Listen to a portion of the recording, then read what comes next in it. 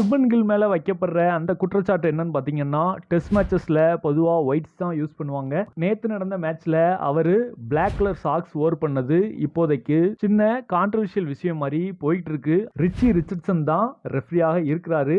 இப்போ வரைக்கும் கில்லோட இந்த ட்ரெஸ் கோடுக்கு எந்த விதமான ஃபைனும் அவர் அனௌன்ஸ் பண்ண மாதிரி தெரியல. லெவல் 1 அஃபென்ஸ், லெவல் 2 அஃபென்ஸ் ரெண்டு இருக்கு. லெவல் 1 அஃபென்ஸ் என்னன்னு பாத்தீங்கன்னா 0% to 50% வரைக்கும் மேட்ச் ஃபீல்ல இருந்து ரெடியூஸ் பண்ணுவாங்க. அண்ட் டிமெரிட் பாயிண்ட்ஸும் அந்த பிளேயருக்கு குறைக்கப்படும். டிமெரிட் பாயிண்ட்ஸ்னா ஒவ்வொரு பிளேயர்ஸ்க்கான டிசிப்ளினரி ரெக்கார்டு ஒன்னு மெயின்டைன் பண்ணிட்டு வருவாங்க. லாஸ்ட் 24 மந்த்ஸ்க்கு நீங்க பாக்குறப்ப 4 டிமெரிட் பாயிண்ட்ஸ் நீங்க வச்சிருக்கீங்க அப்படின்னா ஒரு டெஸ்ட் மேட்ச்ல இருந்து உங்களை பேன் பண்ணுவாங்க. அப்படி இல்ல நீங்க ஓடிஐ இல்ல T20 விளையாடுறீங்கன்னா 2 மேட்சஸ்ல இருந்து உங்களை பேன் பண்றதுக்கு நிறைய சான்சஸ் இருக்கு. இதே இது லெவல் 2 பாத்துக்கிட்டீங்கன்னா எக்ஸாக்ட் அந்த டிசிப்ளினரி ஆக்ஷன்ஸ் எல்லாம் அப்படியே கண்டினியூ ஆகும். மேட்ச் ஃபீ 50% to 100% வரைக்கும் ரெடியூஸ் பண்றதுக்கு சான்சஸ் இருக்கு.